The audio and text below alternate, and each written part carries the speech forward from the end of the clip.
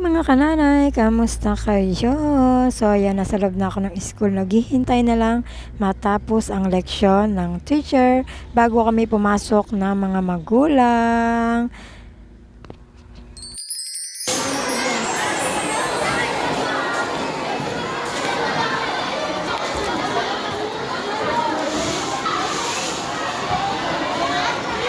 Ayan nga mga kananay, ganyan nga kaingay, sobra talaga.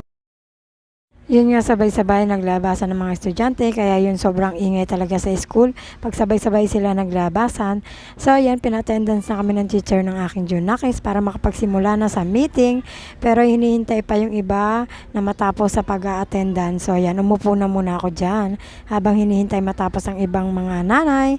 So ayan, mga kananay, hanggang dito na lang ang aking video. Salamat ulit sa mga viewers ko dyan at followers. Bye!